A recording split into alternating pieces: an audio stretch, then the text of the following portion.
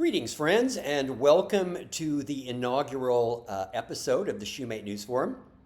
I'm Rich Shumate. I'm coming to you today from beautiful Little Rock, Arkansas. Just a little bit about this program.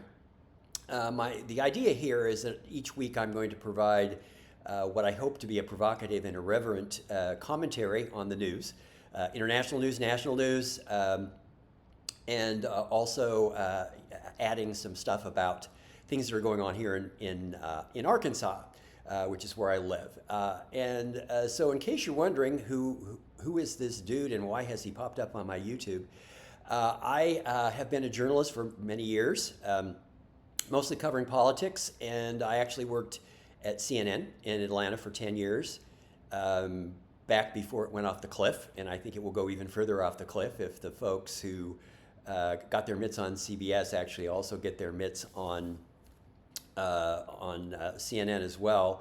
I'm also a journalism professor, and so I like to keep an oar in the water so that I can, tell my students that I'm not just telling them what to do. Welcome, and that's a little about me. So I'm coming to you on July 17th, which is the morning after the night of Donald Trump's address or speech, I guess if you could call it a speech, on his claims about the election. So a couple headlines today.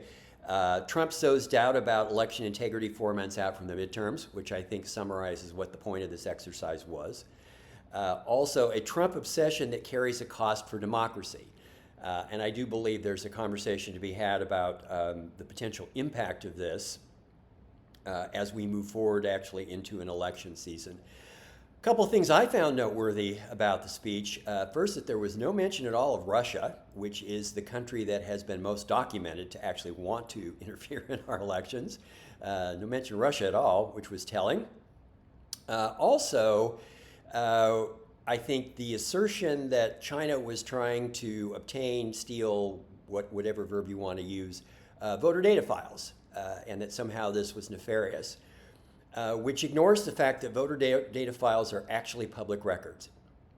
So I could today, if I wanted to, drive over to the Arkansas Capitol, not far from my house, and pay and actually get the voter files for every voter in the state of Arkansas. It's not at all nefarious. And of course, I have no independent knowledge of whether China actually was trying to do this or not. But the fact is they didn't need to steal anything. They could just walk into an elections office and actually obtain the information. The speech was strange, but it probably wasn't the strangest thing that came out of the Trump administration this week.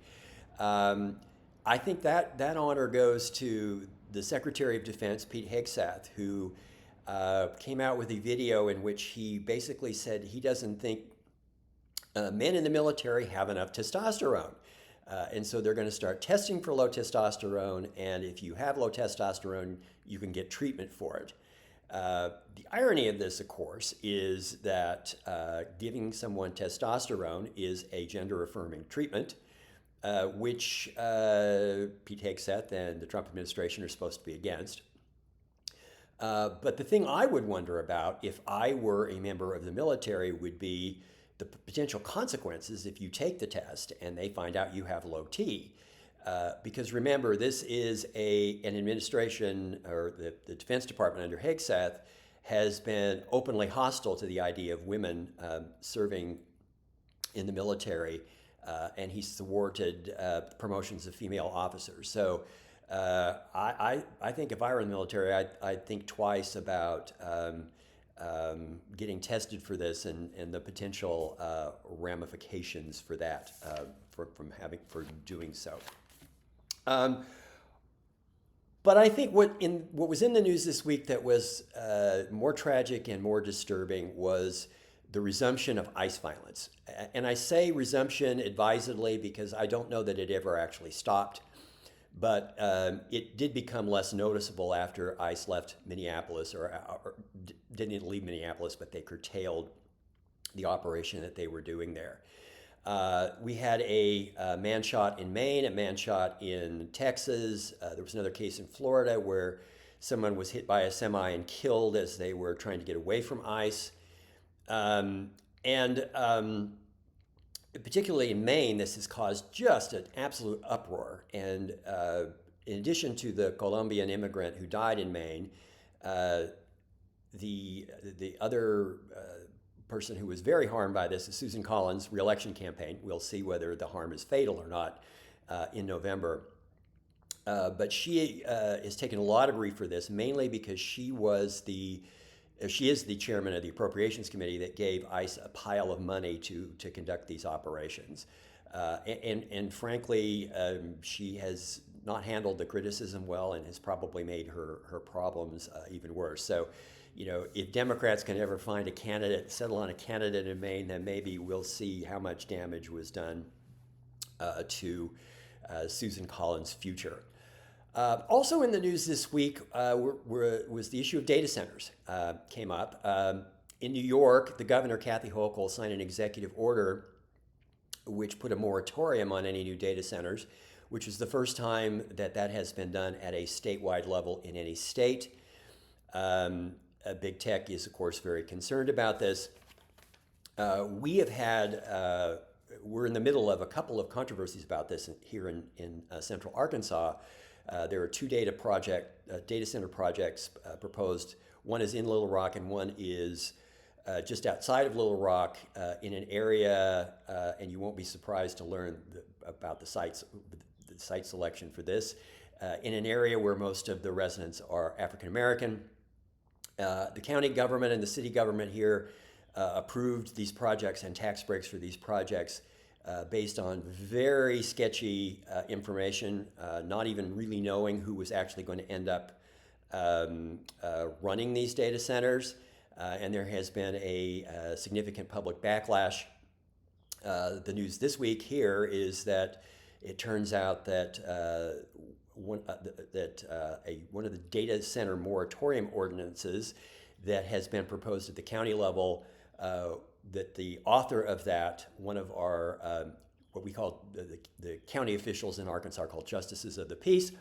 One of our JPs who wrote that, she actually got help from the power company, which has been pushing the project. And this ordinance that she came up with actually exempts one of these projects from the moratorium. So not surprising. Power companies love data centers. I think they think of them as a cash cow. But I really do think this is a hugely potent political issue moving forward. And there's some really interesting data that sort of points to this. So there is a news site called Heat Map News, which covers climate change issues. They've been doing some polling on this. And last September, they had a poll and they asked people, would you support a data center project near you? And people were split. 43% said yes and 42% said no. Fast forward 9 months to June, and they asked that same question, and 71% said no and 21% said yes. So there was a 49-point swing in 9 months, which is just astonishing and sort of tells you how truly unpopular these things have become. And this disapproval cuts across all groups: racial groups, political groups, socioeconomic groups. They're unpopular in rural areas, they're unpopular in suburban areas, they're unpopular in urban areas. Even 63% of Trump voters say they would oppose a data center near them. So I do think this is, moving forward, going to be an ongoing controversy. I think big tech will persist in trying to locate these data centers, but I think that's becoming increasingly politically untenable. So, we'll see if they have a plan B, as their plan A seems to be going awry. I also wanted to talk this week about an interesting political strategy that we've seen from two of the 2028 Democratic presidential contenders. Pete Buttigieg, the former Secretary of Transportation in the Biden administration, and Andy Beshear, the two-term Republican governor of Kentucky, two-term Democratic governor of Kentucky. And they have been campaigning in red states for candidates who are running in districts that Democrats are trying to flip, that would be considered to be an uphill climb because of the politics of them, which seems an interesting strategy to sort of build, I think, some credibility in the South for 2028, even though the South is nowhere in the general election in presidential races, except perhaps for Georgia and North Carolina. It is still very important in the Democratic primary process. And so, Buttigieg actually came to Little Rock recently to campaign for a guy named Chris Jones, who is running in the 2nd Congressional District, which is Metro Little Rock, but the Republicans in our legislature, to make the seat more Republican, actually took some black folks out of the district, and it now snakes 80 miles into the mountains to make it more Republican, but it's still in play. Chris Jones is a very interesting guy. He has a PhD from MIT in physics. He was an actual, honest-to-God rocket scientist, and he's also a preacher. If he wins, he will be the first African-American congressman Arkansas has ever had in its history. Interestingly, Buttigieg came to campaign for him. He was also endorsed by Beshear. So if Chris Jones wins, he might have an interesting choice to make in 2028 in the primary season between these two national figures who have come here and supported him.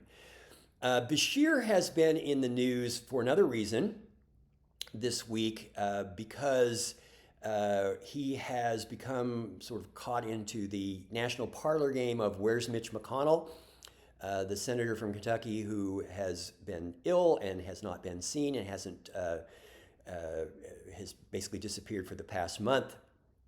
McConnell was, when he was taken by ambulance out of his home, there was some traffic in the 911 traffic, which indicated that this was a cardiac arrest. He now says that he fell and was injured is the reason for his absence. What's really interesting about this is that I think they decided that because of all the speculation about this, that they came out with what I'm referring to as a proof of life picture, a photograph of him sitting in a hospital bed with his wife, released a statement trying to explain this. But I think it backfired hugely because it raised more conspiracies because people began conspiring about whether the photograph was fake or not. Interestingly enough, it was not a video from him, so we have actually still not heard from him. And Beshear has been pushing on this, I think very skillfully and subtly, because I don't think he wants to come out and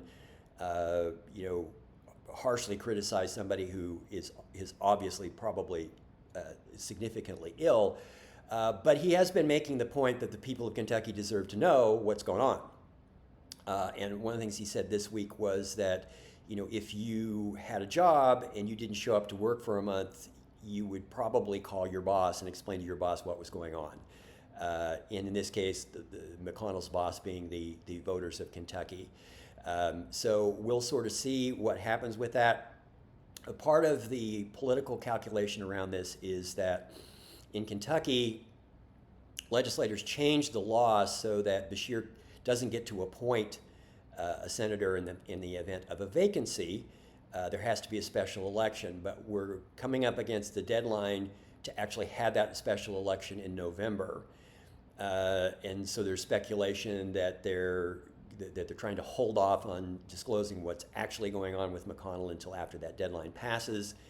There's also, Beshear has sort of indicated that he might, if there is a vacancy, he might challenge that law change that the legislators made to take away his power to appoint a successor to McConnell. And if that law were to fall, then he would get to appoint someone for the remainder of the term. Beshear actually has had some success during his term in office in challenging attempts by the Republicans to take away his powers and has found some relief at the Kentucky Supreme Court. So we'll sort of see how all that pans out and if we actually find out where Mitch McConnell is. Sort of like a Where's Waldo situation. This week is also the conclusion of the World Cup. So, which is an event that seems like it's been going on since my childhood. FIFA does know how to drag out a moment. But we have Spain versus Argentina to bring the tournament to a close. All of the international fans who have been amazed by things in the United States like enormous portions in restaurants and air conditioning will be returning to their homelands when it's all done. I won't take sides here, mainly because I have no dog in this hunt, as we say in Arkansas. But other than to say buena suerte to whoever actually wins. So thank you for joining me on Shumate News Forum this week. If you want to follow me on social media, I am on Blue Sky, Threads, and X at Shumate News Forum, all spelled out. On Facebook, it's Shumate News Forum, but that's too long, so it's Shumate News FRM. We are leaving out the vowels on Facebook. All right, thank you everybody, and have a great week.